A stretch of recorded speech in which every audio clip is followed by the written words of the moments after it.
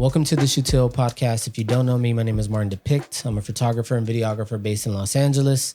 And 2 weeks ago on the podcast, we spoke about baby steps and the baby steps that I'm taking to become a better creator and get comfortable in front of the camera. And I think if we're looking at this as the steps and progression of these steps, I think if that first step is me getting comfortable in front of the camera, that's going to be something that's going to happen over time. I'm going to get better in front of the camera over the next 100 videos, and it's going to take some time. But the other baby steps that I'm taking are a little bit more tangible, something that I'm able to see visually, and I think could pay off. So I want to talk about the baby steps that I've taken in the last 2 weeks to get a little bit better doing this. So one of the baby steps that I've taken is I've switched from 24 to 30p. Not a big step. It's not a big lift. That was mainly more for conforming to a standard that already exists online. So 30p is what TikTok uploads your video in. So if you're shooting in 24, it automatically changes to 30. All the big YouTubers, Mr. Beast, MKBHD, all of them are shooting in 30p. So I think it's just sort of like conforming to the standards that already exist, as opposed to me sticking to my 24 frames a second guns. It's not worth it. 24 frames a second has its purpose in film and cinematography, but because this is different, I think people online have been conditioned visually to expect 30p. And I think that's there's no reason for me to fight that. So I've made that change. That's one baby step. Another baby step is, hopefully starting with this video, is that I'm going to start doing a little bit more with color grading. I have sort of dabbled little by little, started to implement a little bit more color grading into my footage, but it's been very minimal. It's been a Rec. 709 adjustment layer or LUT, and I'm doing like small adjustments under that adjustment layer. And it works. It does what it needs to do. I've added a little bit of grain to footage, but I think like I need to take my time to really dial in my look and what I like. I really love using Dehancer, and that's what I've used before in the past with clients. So that's what I think I'm going to be doing. Another baby step that I'm doing is specifically to this podcast is that I'm using another angle. So here is my DJI Action 6. It's shooting in D-Log M, so I can color match it to this camera. It's not necessarily a big lift because I can sync them in post and then just sort of like cut in and cut out. And the reason why I wanted a second camera is just so the cuts that I do to the podcast are less jarring. For instance, like I can be talking to this camera, start picking my nose, and then switch back to this camera, and you will never know that I had my finger in my nose. But it's just one of those things that it's helpful in the long run. It's not big. It's not a big lift. It is an action camera, so it's not like it's shooting like a giant file. So it's doable, and I'm seeing it as something that will, bring in a little bit more quality to the content. So that's what I'm doing and how I'm sort of like seeing it moving forward. Baby steps that I'm looking forward to take in the future is just messing around more in my editing.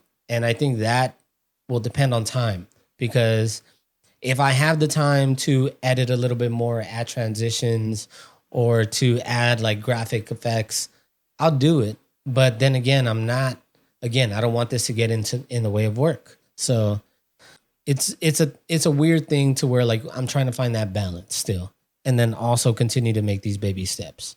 I did want to talk about the effort that I think that some of this takes, because coming from the marketing world, I did work with a lot of clients that I think expected us to, I think a lot of people, not just clients, but I think a lot of people on social media, they expect effort that you put into your content to pay off immediately. And those people always have like a rude awakening, because the effort that you put into your content doesn't always mean virality, or doesn't always mean that it's going to do well. It doesn't always mean that people are going to see it which is the crazy part. So one thing that I've always put above that is consistency. Consistency is the most important. And I think for me, staying consistent over the past 3 months now is a huge accomplishment for me. So patting myself on the back for that. I don't have like a teleprompter on the camera or anything like that. This is all very much bare bones. And I'm just every once in a while looking back at my phone and at my notes to make sure that I'm staying on topic. It's important for you to know that if you're someone that wants to make content and get paid from that content, it's going to take some time. It's not going to be immediate. And for me, I don't think my goal is to make money directly from the content. I think my goal is to gain a level of confidence and also maybe even just some work. Like I'd love for people to just see me online like they used to, look at my work and then hire me, which leads me to my next topic, marketing yourself. So I used to think that I was really good at marketing myself, and I had this really good understanding of this marketing funnel. And when I say marketing funnel, is that whether you're someone that is looking to sell products and you're a business, or if you're someone that's looking to gain work, there is this marketing funnel that you need to really take into consideration. So this funnel, on the open end of the funnel, is usually like Google, social media, places that are easily, that people can easily find you. And a lot of that stuff is like word of mouth as well. People are asking online like, oh, does anyone know a good photographer, blah, blah, blah, this and that. And they'll say, oh yeah, well, I know him or I know her. So it goes from Google or people seeing your work on someone else's page to your own personal website and own personal page. And on that personal page, people will see your work, what you're capable of. And if they like what they see, they will reach out, which then moves you into the next piece of the funnel and one step closer to converting them as a client or customer. Once there, it's very important that you don't fuck up this part.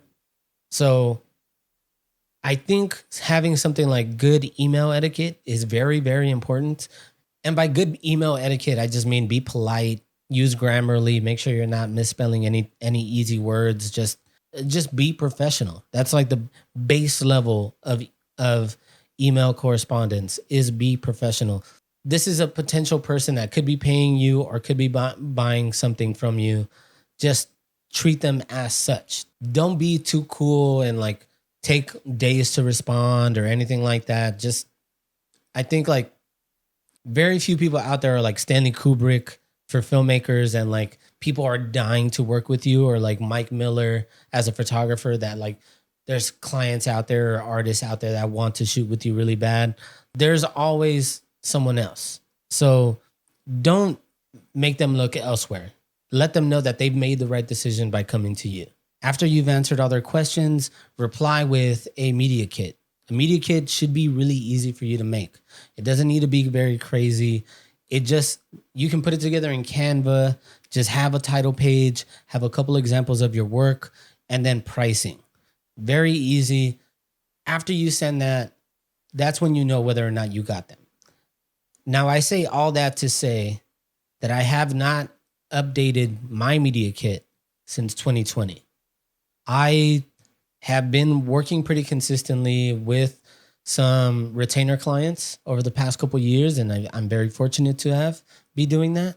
But I think it's important to just like keep up with that kind of stuff. So one of the next baby steps I'm going to be doing is updating my website, updating my media kit, and I can show you guys what that kind of stuff looks like when I'm done with it. You guys have seen other photographers' websites.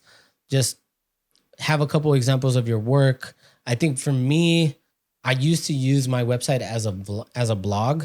And so I have like an archive section in my website where like you see all my older photos, which I think people still like to search up some of those photos. And so I just leave it up there for SEO purposes. I leave that archive up just to get people to my website, and then hoping that they go through the rest of my work and see what I've been doing. But if you go to my website right now, It's horrible. It's not good. It sucks. I need to do it. I need to put together a reel. Now, when it comes to my reel, I don't know whether I should go into my archive and then choose like my favorite clips and just like edit together. What I think I should do instead is to do a couple spec shoots where like I hire some models and we go out and shoot different types of stuff. So like we'll do indoor studio video, we'll do maybe like a more dramatic scene, we'll do outdoor sunset, we'll do morning light, showing the different range of what I can do as a videographer. I think that's important to show.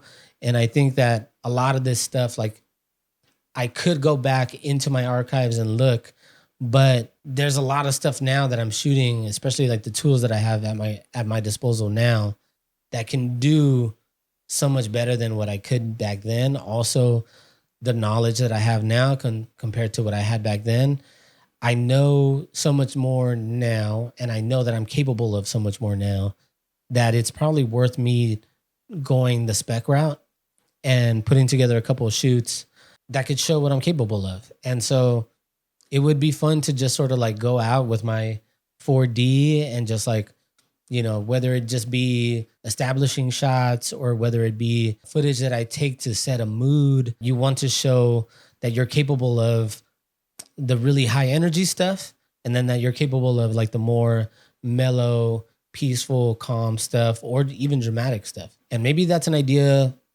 for the vlog. Maybe I sort of devote some time every 2 weeks to make sure that I go get a clip or two that is specifically for my reel. I think that's a good idea, actually. So who knows? Maybe stay tuned for that. I think that's really cool. So yeah, updating my reel is important, but the main thing is my website. Updating my website, getting new images up on there, updated work, maybe updating some of the SEO and keywords in the back end to make it a little bit more Google friendly. It's probably best for me to stay on top of it and update it now, so that way if I do need to go look for work, I have stuff ready. It's kind of bad that I've sort of like let it go by the wayside for so long. At the same time, I know how fortunate I am to have the work that I have now and even the freedom to have some time to update it. So, and it's funny because I'm talking about it like it's like a bunker, like it's a bomb shelter, you know, like if something happens, you want to have it ready, which is sort of like a scary feeling. But yeah, back to marketing yourself. If you're selling products online, you need to be advertising on the platform that you're most comfortable on. But I think like where I think most people are advertising now are on TikTok and on Instagram. It sort of ensures that you can get eyes on the product that you want to sell. If you just put up an item on your website and expect for it to sell, it's not going to happen. You have to promote it. One of the best analogies that I heard when it came to advertising was a friend of mine. He is still doing advertising. He told me that like ads are like the engines on a plane. The more you spend, the higher the plane's going to go. If you keep spend the same, it's just going to cruise. And if you take away spend, the plane's going to start dipping. When you think about it in that way, it is very important to spend on ads and to sort of optimize the funnel on your website to make sure that you're not losing customers where you should be converting them.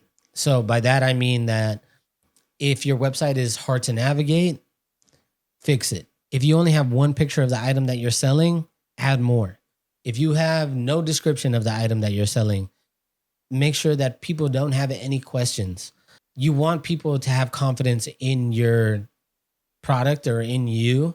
So the less questions that they have to ask, the better. So just make sure that your website's good, that you have enough information on your website to make sure that they don't have any questions, and you make checkout as easy as possible. Now, Shopify has made shit so easy, like, because they have the shop app. So like they can literally buy something on your website and then have a separate app to track not only what they've purchased from your website, but what they've purchased from so many other websites. everything is so well integrated now that like as long as you're using the right tools, you should be making good money. And I think like whether you're drop shipping or you're making 3D prints at home and selling the 3D prints, all that stuff should be promoted. So like start a TikTok, start an Instagram page. Whether if you don't want to spend money, post it every day. Post what you're selling every day until it gets in front of the right people. Put it on Etsy. Use every funnel that you have available to you. Put it on Amazon. The story that comes to mind when I think of Amazon is Liquid Death, right? Because they were doing X amount of money and then they put their product on Amazon and then that number like tripled or quadrupled in a couple months. Like if you start to sell your stuff where most people are buying, people will find it. And that can go for not just products, but also you. If you want to sell yourself as a creator or sell your services, look for where people are buying those services. If it's online or website, make sure that your website is fucking dope. If it's at a convention, go to that convention. One thing that came to mind to me was like just taking my camera to like a pumpkin patch this last Halloween. And I just thought about how much money I can make in a day and just going around and just saying like, hey, I'll take a couple pictures of you right now for $50 and then I'll send you the photos right away. It's really easy for me to just take this thing, link into an iPad, have the photos that it takes directly sent to the iPad, then me color correct them into Lightroom really quick or just add the same color correction to that photo and then I airdrop it to the person. We have the technology now. Like there should be no reason why if you have a camera that you're not able to make money from it. Yeah, I mean like there's so many different ways, dude, and there's so many people on here that preach the same thing that will maybe sell you courses on like how to market yourself or anything like that. What's tough about that is that what works for someone doesn't always work for everyone. So you just got to make sure that you find what works for you and stick to that. And there's always shortcuts. There's always shortcuts to this stuff. Like if you want to upload a video and get 1 million views, you can pay for it 100%. If you want to, sell a shirt or a product online, you can pay for people to go to your website. The thing is that conversion rate, how much is that? How much is it going to cost you to convert one customer? That's the biggest question. Your goal should always be for the cost of that conversion to be less than what the product's worth. For example, if you're selling $50 hoodies and the hoodies cost you $25 to make and you're spending $30 to get one purchase, you're losing money. Optimization is a word that I've heard so much just since college. Is just like, how could we optimize this? How could we make this better? How could we? It's so crazy now thinking about it, because this is basically what I'm doing with what I'm shooting now, is just optimizing little by little as I go. My baby steps are optimization is basically what I'm talking about. I am trying to be Optimus Prime. So stupid. You can even put yourself on Airbnb now and list yourself as an experience. So like no matter what city that you're from, if you live in a city that has any sort of tourist culture, Miami, Dallas, New York, LA, San Francisco, if any of those cities, I'm sure people are flying in all the time, getting Airbnbs. Maybe they want to get some photos done while they're there. Put yourself up on Airbnb as an experience and a couple examples of your work, and then just see if people book you, or offer a deal to where like if they book for 2 hours, they get an hour free or something like that. It's worth a try. But like the more places that you make yourself available, the more chances you are to like actually gain clients and to gain work. But yeah, I'm going to end it there. There's probably so much more that I could talk about right now when it comes to this, but I'd love to get some feedback from you guys on like questions that you have about this topic or other topics that you might want to see on the podcast in the future. leave them down below. I'll read them. I'll get back to you. Or if you guys had like want advice and want to reach out directly, just hit my Instagram, DM me, and we'll go back and forth for a little bit. But yeah, like always, it was a pleasure. I appreciate you guys again. Like, comment, subscribe, do all this stuff. And until next time, keep shooting. Peace.